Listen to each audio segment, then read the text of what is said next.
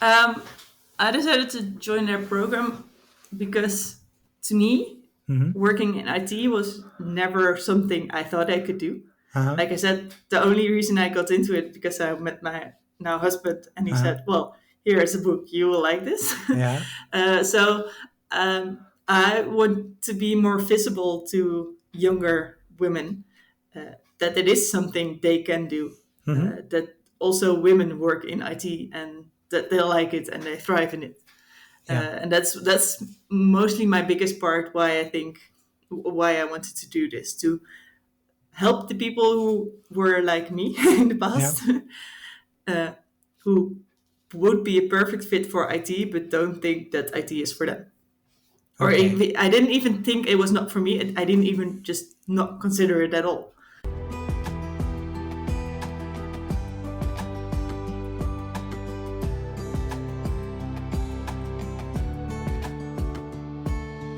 Welcome to Women Disrupting Tech. My name is Dirk-Jan Upkes, and on this podcast I give the women who work in tech the platform they need to inspire and empower each other.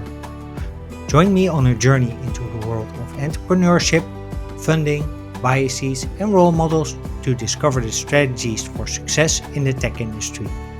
In other words, how women can disrupt tech. Are you ready to listen?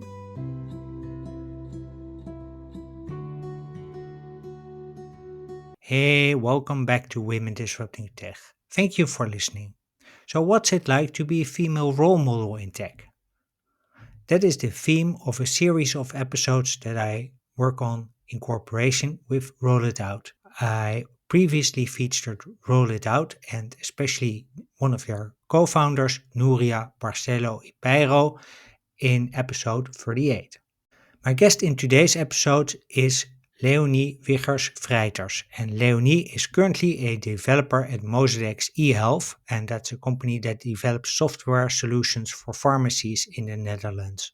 In this episode, we'll talk about her personal journey from studying chemistry to working in IT, what's it like to be a female role model, and her tips for women who want to become one. So please welcome to Women Disrupting Tech, Leonie Wiggers-Frijters. So, welcome, Leonie. Thank you for being my guest today. Question I always ask at the beginning is how you got into your current job. So, take it away. Oh, um, well, it's kind of an interesting path for me because I am now a software developer, but I didn't do any studies into computing science or anything. So, well, yeah, got in my current job because my husband told me that I would like it, and then I listened to him, and he was right. So Okay. that's how I came to computer science. But yeah, it's not where I started off. No, But because I understand that you in when you studied chemistry yes, and during your study or just after you were a flight attendant and during your studies you actually hated coding. yes, that's right. Yeah, no, I was doing chemistry, and then you had to have some programming courses. Mm-hmm. But then the programming courses that I had to do, I think it were two. I really hated them. It's not that I was bad at it, but Uh-huh. it was just uh, it somehow didn't click for me. I now learned later on that it was the language that we used during Oh, my okay. course that was Mm-hmm. something I didn't like because now I'm working with different languages and it's way more fun. But yeah, that's Oh, right. so actually the language can make a difference here. Yes, because some languages are easier and more straightforward. Other Mm-hmm. languages are more difficult. And the Yeah. language I had to work with and the program I had to work with is notoriously slow and difficult. Ah, So yeah. that just takes out all the fun. Yeah, So no, yeah, yeah. But that yeah, I that can. was No, please. yeah that was yeah during my courses, and then so afterwards when I wanted to look for a job, I didn't go into coding programming. No, I like you said, I was a flight attendant because I thought, well, I like working with people, Mm-hmm. I like planes, so why not do that? Okay. Yeah. So before working at Mozadex eHealth, where you work now, Yeah, you worked at VGZ, yeah. also in an IT capacity, I think. Yeah, I started there on the ICT service desk. So I help people with Outlook and Word Hmm. and all those features. Um, and then they gave me the opportunity to start there as a software developer when I was working there for I think a year and a half. Okay. Um, so yeah, they gave me the opportunity to be able to do the job I have now. Yeah.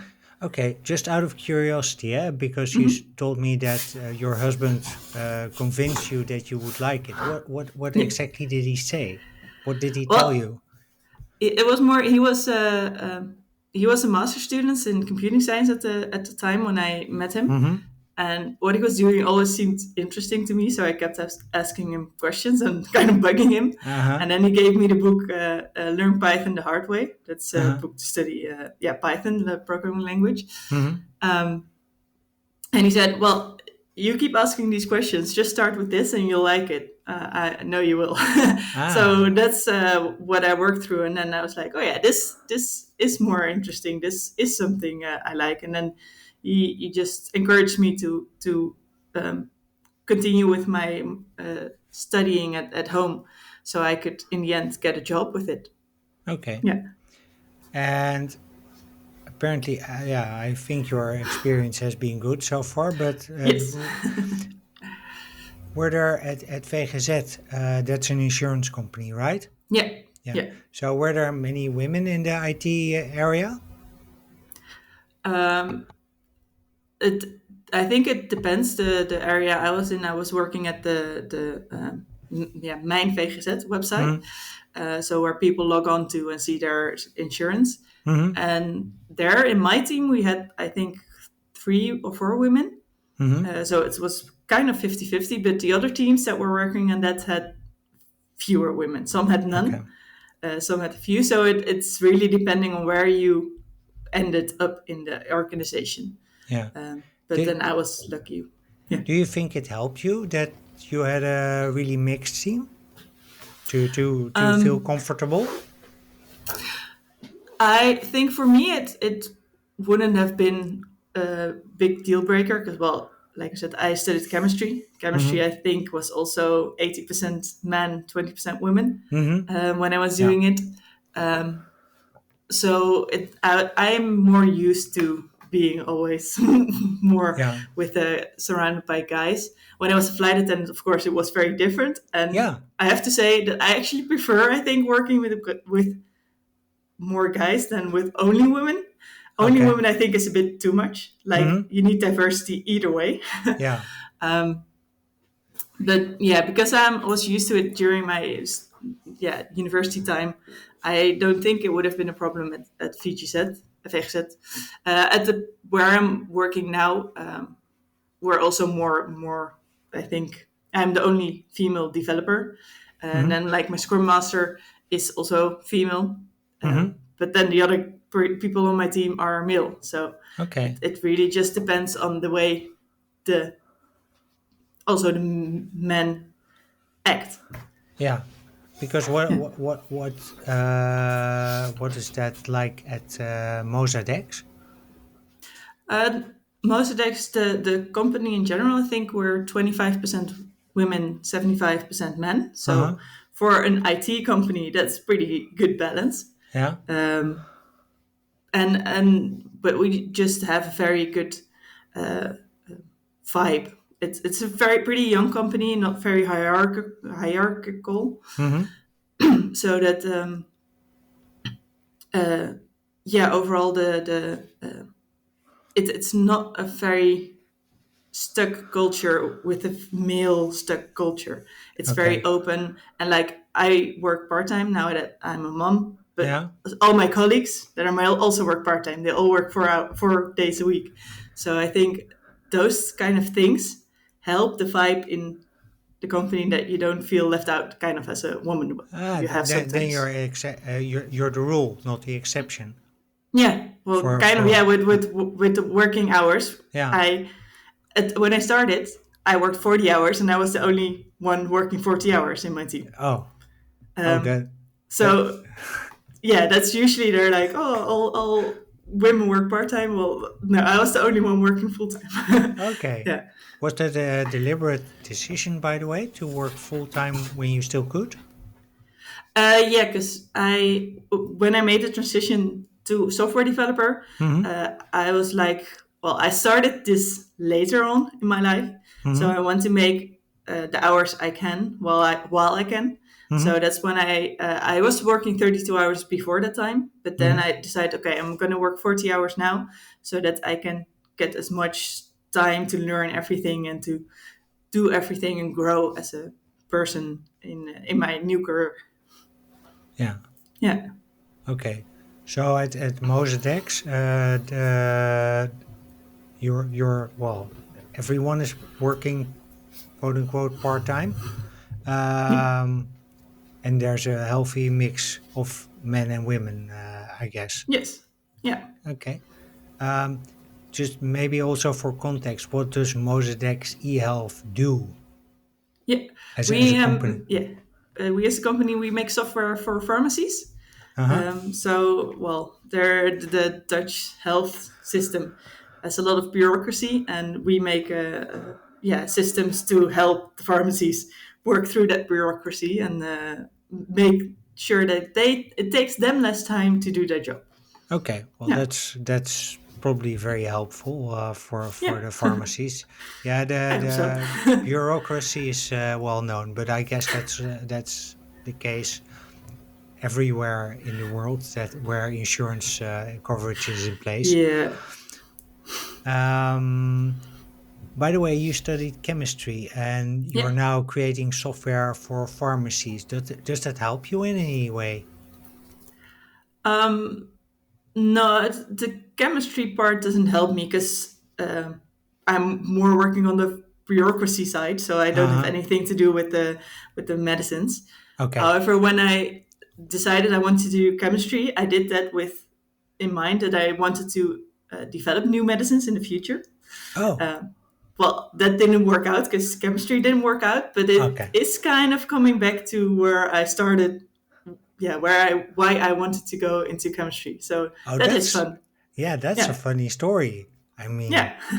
to come full circle already Yeah. on that. Yeah, definitely. And why did you want to develop medication then? I always thought that yeah, I just wanted to help people, Mm-hmm. and I liked the just the chemistry of putting things together and then Mm-hmm. making a new thing. Um, so I thought, well, then yeah, making medicines that seemed like the right way to go with the interest that I had and helping people. Yeah. Okay. So how did you end up at Mozadex then? Did they Uh, ask you, or did you see a n- job ad and say, no, "Oh, wait a I minute, this think is no, I think I ended up like most IT people end up in a job nowadays. I got a recruiter sent me uh, a message on LinkedIn, okay, um, and yeah, I was working at VGZ pretty happily, but hmm then this is closer to home, and I like being able to cycle to work. So that's was one of the reasons I was like, well, I'll have a talk with them, and then it was yeah, very nice what they're doing, and the company is very good, and I like it a lot. Yeah. okay." How important is company culture to you? Is it Uh, it's something that you're really sensitive to, or because you were saying like, okay, I'm used to being the well, one of the few women in the yeah. room. Like company culture is very important to me. I think that's the first thing when I go somewhere that I check. If the Mm-hmm. company is not giving me a good vibe or the culture is not good, then although I might like the job a lot, I will Mm-hmm. definitely not go there because well, I work to live. I don't Uh, live to work. uh-huh. So I want to also have energy at the end of my workday Yeah. and at the end of my work week. So I need my work week to be fun and good, and the vibe is Okay. very important for that. Okay. Can you double click on that? Like what makes a job culture-wise, or a company culture-wise attractive to you? Um, what I like a lot about where I am now, it's not very hierarchical, like I already Mm, said. So as a team, we are responsible for what we want to do. So if we have a good idea as a team, then we can have make a case for it, and if it's a good case, then we can do it. mm-hmm, So you have a lot of freedom mm-hmm, to work on the things you want to work on. Of course, been within the context, but you can yeah, choose. mm-hmm, You can choose a lot. Um, and I think that's very important, and that you get the opportunity to, or that they give you the confidence to do it that way. I think that's one of the most important things about a job, and yeah, also just that it's just a good vibe. Like you can be you, I can be me. mm, We don't have to change each other. You can do your own thing in your own way. mm-hmm. I think those are two most important things for me at a job, that you can So, just be yourself and yeah, then also make your own decisions. yeah, and also get the trust that whatever happens Yeah, with that decision, it's all right. yeah, or at least you Yeah, have to yeah, fix it if it's wrong. You have to yeah, fix it, but you have your the trust to do it, to make it your own responsibility. yeah. Yeah, Okay, cool. I want to switch to a bit to your role model role. yeah, Uh, I want to split it into two areas. You're a role model for Roll It Out. yeah. Um, why did you decide to join their program? Um, I decided to join their program because, to me, Mm-hmm. working in IT was never something I thought I could do. Uh-huh. Like I said, the only reason I got into it because I met my now husband, and he Uh-huh. said, "Well, here is a book. You will like this." Yeah. So I want to be more visible to younger women, that it is something they can do. Mm-hmm. That also women work in IT, and that they like it and they thrive in it. Yeah. And that's mostly my biggest part. Why I think why I wanted to do this, to help the people who were like me in the Yeah. past, uh, who would be a perfect fit for IT but don't think that IT is for them. Or Okay. I didn't even think it was not for me. I didn't even just not consider it at all. Yeah. Uh, yeah, So and why is that important then? To really also help other people. because I think it's that everyone should find the place that they're best, Uh-huh. the regardless of the standards that, well, IT is for guys and Mm. health is, yeah, nursing and everything is for women. Uh-huh. No, everyone can do both. Yeah. You just have to choose what is in your interest and what you like. So that's very important to me, that I show what I like and how I got here. Mm-hmm. Um, yeah, so that's very important to me. Okay. So and does it also help you personally and professionally to follow that program? Um, yeah, I think it helps me personally to get more out of my comfort zone, Mm-hmm. because like uh, things like this podcast, Uh-huh. it's not within my comfort zone, but I do think it's fun and interesting to Okay. do. So yeah, being a role model helps me to like get out of my comfort zone and do these kind of things. Go to events and have a talk in an event. Uh, just show up, Yeah. and I think that really helps me grow, be more open, Mm-hmm. uh, and get more comfortable with the uncomfortable things, which is also Yeah. good. So that's Yeah. helping. That's how it's helping me very Uh, much personally, and professionally. I think I get a lot of people contacting me and mm, trying to connect with me. mm, So that's also very interesting, but also having more technical talks kind of with other women. That's also a fun way. Like, how did you grow in your career, and yeah. what did you do, and those kind of things as well. How help each other how we grow in our careers. Does it also the networking aspect Hmm. I get and expanding the comfort zone as I would call it. I also Yeah. understand. To me, it's the same actually. This doesn't this it wasn't like I was born to do podcast just in case. But what I was wondering about is it the networking. Does it also give you a way um, to ask technical questions to people outside the company Um, that are in yeah. your network? Like how do you do this or how do you do that?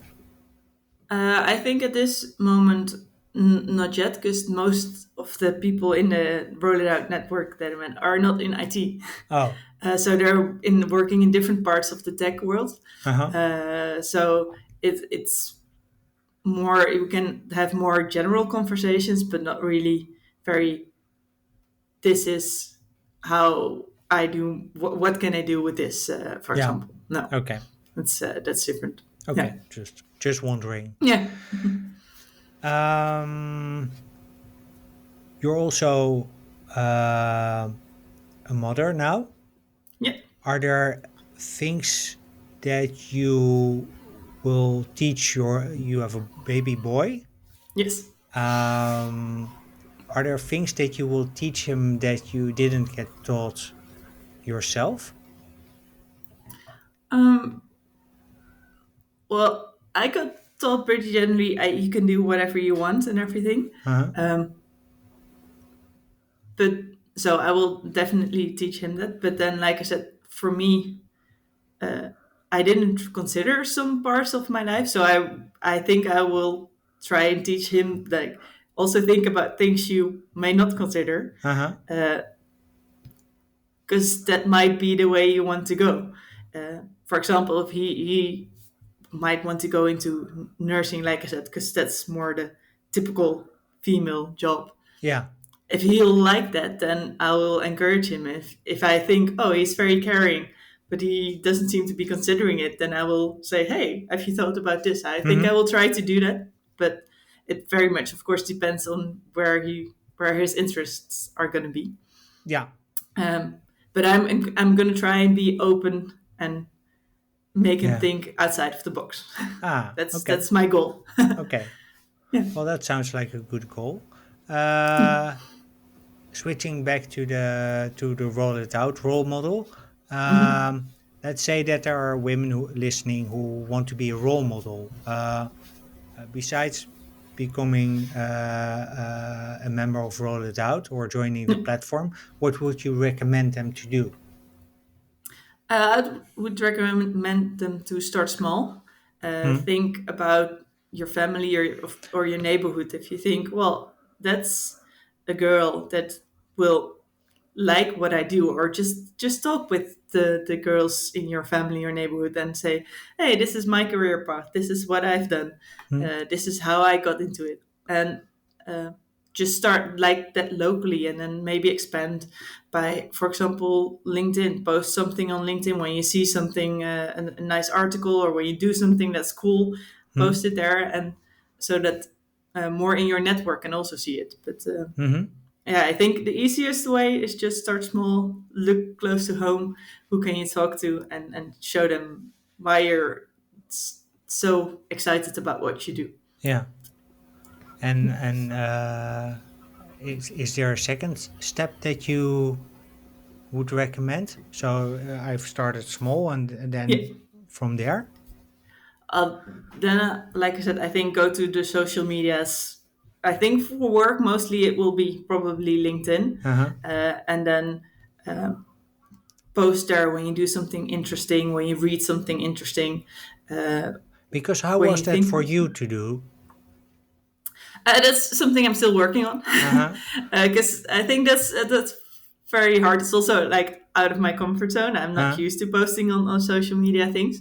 So now when I do something, or like 2 weeks ago, I gave a talk at We Share Talent, Yeah. a company, um, and then I was like, oh yeah. I did this, then this is something that not everyone does daily. So this is Oh, something I should post online. yeah.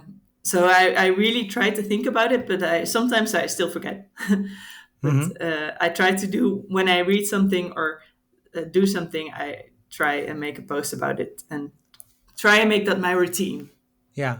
Do you Yeah. also have a sort of list of topics that you want to post about, No, I or don't. sort of No, set? I don't really have that yet. I've thought in past I like I make a sort of calendar so I know Hmm. when to post something and think about topics.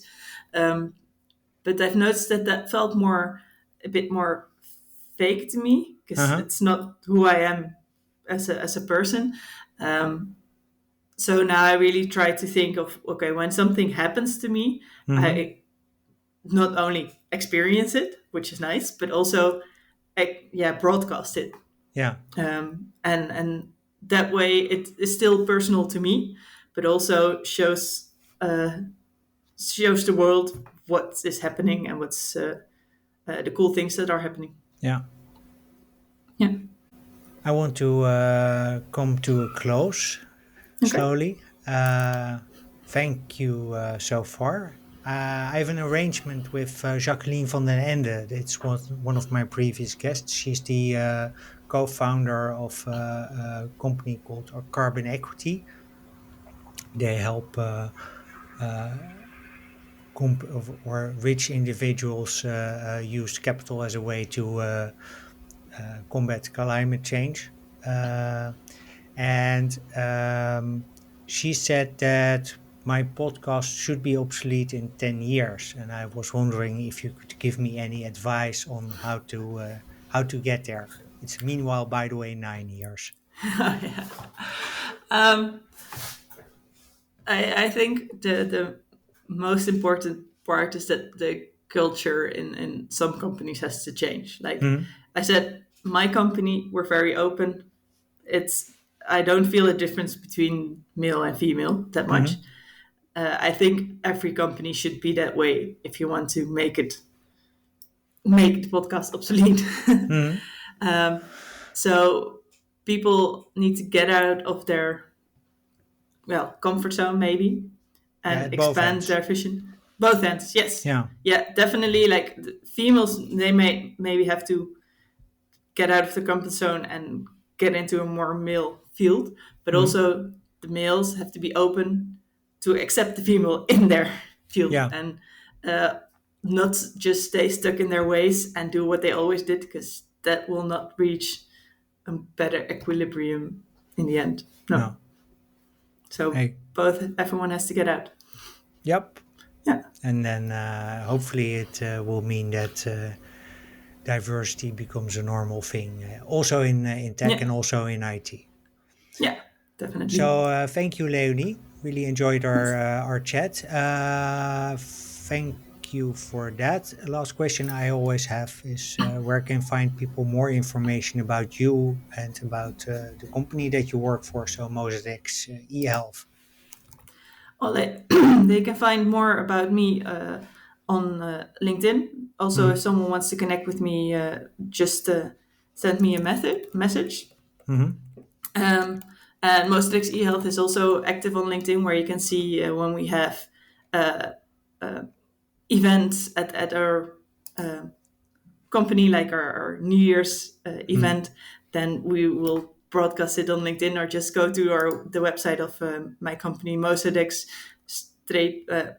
ehealth.nl, Yeah. and then that's there they can find more about the company and maybe come work for us because we're always looking for new people. Okay. Well, that's good to hear. And we'll Yeah. include those links in the show notes. So, yeah, Okay, great. with that, thanks very much for the conversation and Yeah, really enjoyed it. And listeners, thank same. you very much for listening and hope to see you in the next episode. Well, that's it for this episode. Thank you for listening to this special episode of Women Disrupting Tech that we made in cooperation with Roll It Out. Leonie and I hope that you've enjoyed our conversation as much as we did, and we want to thank Chantal Verhoeven and Nuria Barcelo for suggesting Leonie as a guest. To learn more about Mozadix and roll it out and to connect with Leonie, you can use the links in the show notes. And as usual, you can find the show notes at womendisruptingtech.blog. On the same website, you can also become a member of the Women Disrupting Tech community. And as a member, you get exclusive access to the Women Disrupting Tech events that we're going to organize this year. And of course, you get a ping, an email when new episodes and blogs come online. Now, for your weekly dose of Women Disrupting Tech inspiration, you can also follow the podcast on Spotify, Apple, and Goodpods. If you do, and if you've done so for a longer time, please don't forget to give the show a rating or a review, because that way you help other people discover the podcast. And if you want to help Leonie and other women in tech to make this podcast obsolete in 9 years from now, there's a simple thing you can do. Please share the podcast with friends, family, and coworkers, because this way you give my guests a platform they need to make it happen.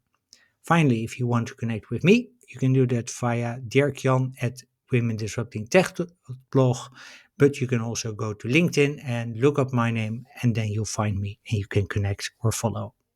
With that, I wish you a wonderful day, and I hope to see you in the next episode.